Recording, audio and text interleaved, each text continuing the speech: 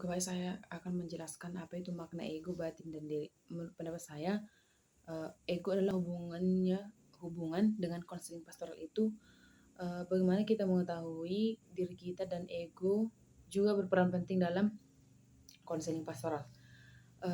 Batin, ego, dan diri itu semua berada dalam diri manusia. Tentu ada juga hubungannya dengan konseling pastoral karena ini semua eh, menyangkut hubungan manusia. Sedangkan kalau kita tahu konseling pastoral itu berhubungan dengan antara manusia yang satu berhubungan dengan individu satu dengan individu lain. Makanya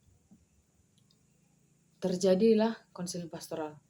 Dari kedua atau dari ketiga eh, penjelasan ini menggambarkan tentang apa yang dimaksud dengan makna diri manusia.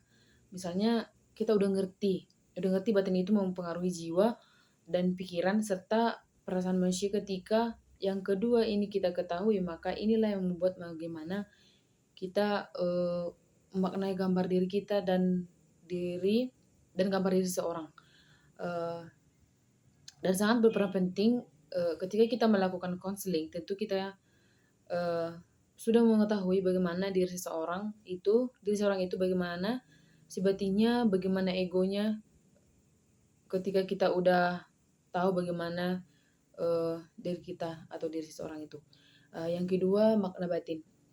Makna batin ini menurut pendapat saya sesuatu yang ada dalam diri manusia, dan batin itu juga menyangkut perasaan hati juga dengan menghubungkan antara pikiran serta jiwa manusia.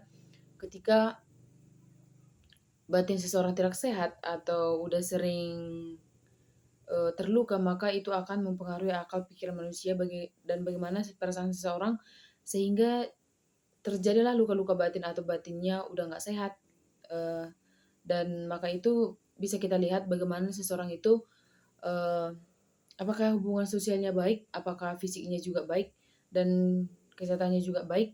Eh, itu berada dalam batin manusia. Jadi tentu batin itu sangat berhubungan dengan konseling pastoral, dan pada intinya makna ego batin itu menurut saya ini semua berada dalam diri kita atau diri seseorang, dan berhubungan juga dengan jiwa, perasaan, serta bagaimana menggambarkan diri seorang itu melalui psikologi, dan ini berhubungan erat dengan namanya konseling pastoral. Sekian dan terima kasih.